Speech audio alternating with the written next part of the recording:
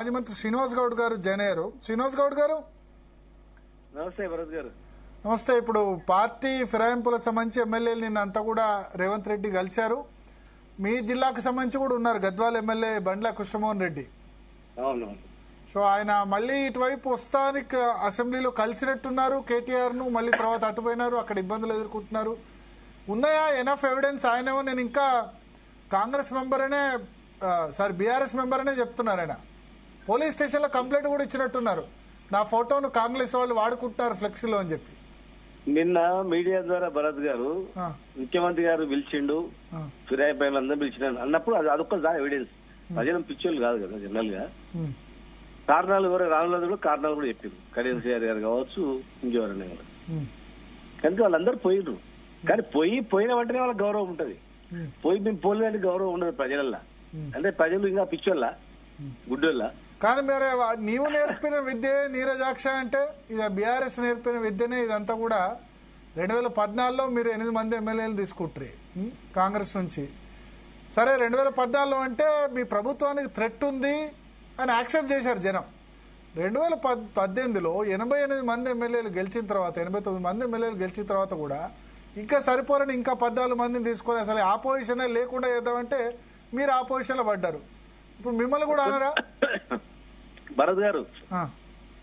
అది తప్పుదమే. నేను నా వ్యక్తిగతంగా అయితే మేము చేసిన పొరపాటే మాకు తగిలింది. అది ఇబ్బంది అయింది. ఆ 12 మంది తీసుకొని లేకుంటే యాక్చువల్ గా వాళ్ళ నుంచి ప్రాబ్లం అయింది. అయితే ఏనండి తెలంగాణ ఉద్యమంలో ఉద్యమాన్ని ఖతం చేయాలని చెప్పి ప్రతిసారి గెలిచిన వాళ్ళందరూ తీసుకుంటే వాళ్ళు చేసింది ఫస్ట్ కాంగ్రెస్ నాయకులకు.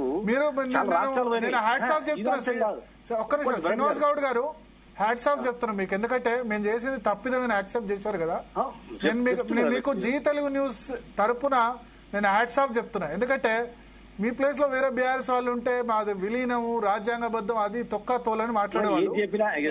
అందుకని నేను చెప్తున్నా మీకు హ్యాట్స్ ఆఫ్. ఎందుకంటే తప్పు మీరు తప్పు చేశారు కాబట్టి ప్రజలు ఆ విధంగా మీరు ఓడిచ్చారు. ప్రతిపక్షం ఎస్ మేము తప్పు చేసామని యాక్సెప్ట్ చేయకుండా వేరే 100 కారణాలు ఉన్నాయి. అదొక నుంచే కాదు. అది కూడా ఒక కారణం. ఇస్తాను శరత్ గారు ఒక్క నిమిషం. శ్రీనివాస్ గౌడ్ గారు నన్ను మాట్లాడినివ్వండి. ఒకటి 12 మంది తీసుకోకుండా 2 కారణాలు చెప్తా. మేము మంత్రి పదవులు కూడా వేరే వాళ్ళకి కొత్త వాళ్ళకు పనిచేసిన వాళ్ళకి ఇచ్చేవాళ్ళము, అవసరం లేని వాళ్ళు కదా. ప్లస్ కొత్త నాయకత్వము నెక్స్ట్ వాళ్ళు గెలిచేవాళ్ళు. రకరకాల మార్పులు ఉండే. అంటే 100 కారణాలు ఇదో కారణం అనుకోండి.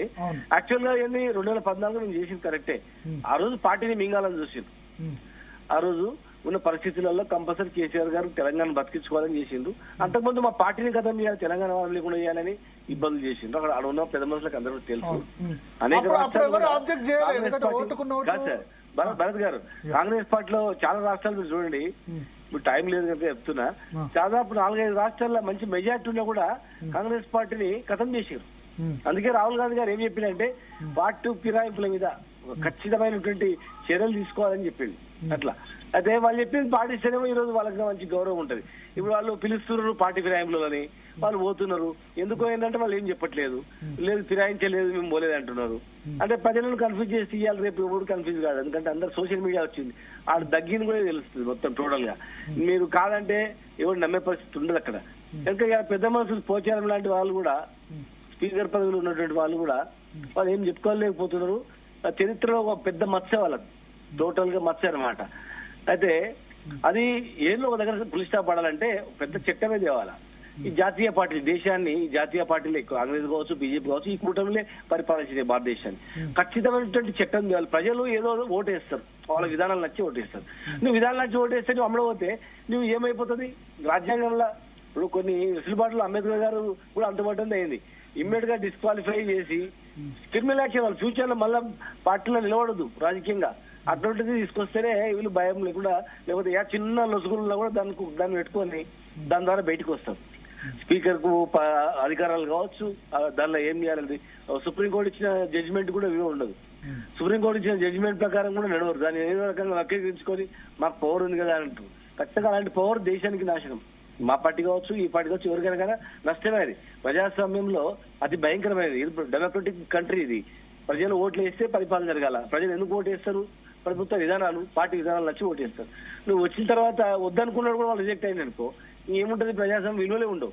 కనుక మేము ఆ రోజు రాష్ట్రాన్ని తెచ్చుకున్నాం కనుక రాష్ట్రంలో ఉన్న కావాలనేటువంటి ఆతృతతో మనల్ని మింగేటట్లున్నారు, ఉన్నది పోయేటట్లు అని చెప్పి 2014లో చేయడం జరిగింది. 2019లో చేయాల్సిన అవసరం లేకుండే. ఇక పార్టీల దాదాపు కొన్ని రకరకాలుగా ఒత్తిళ్లు ఉంటాయి, రకరకాలుగా చెప్పినట్టు ఉంటాయి. ఆ 100 కారణాలు ఇదో కారణం మేము చేసినటువంటిది కూడా. ఫ్యూచర్ లో ఎవ్వరు చేయకుండా మాత్రం ఖచ్చితంగా చేయాలా.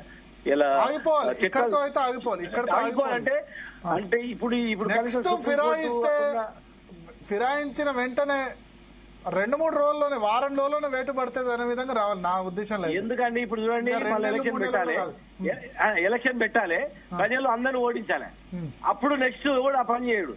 తర్వాత చట్టం చేయాలి, భయంకరంగా ఇవ్వాలి. ఇట్లా పార్టీ ఫిరాయించినంటే మాత్రం డిస్క్వాలిఫై చేయడమే కాదు, పొలిటికల్ గా అనర్హుడు అనేట్లా పెట్టాలి. పెడితేనే చట్టాల్లో కఠినమైనటువంటి చట్టాలు ఉంటేనే. ఇప్పుడు ఎన్నో ఆత్మహత్యలు అవుతున్నాయి, పెద్ద మహిళలపై దాడులు జరుగుతున్నాయి, అట్రాసిటీ కేసులు అవుతున్నాయి, రకరకాల విధ్వంసం జరుగుతూ ఉన్నాయి.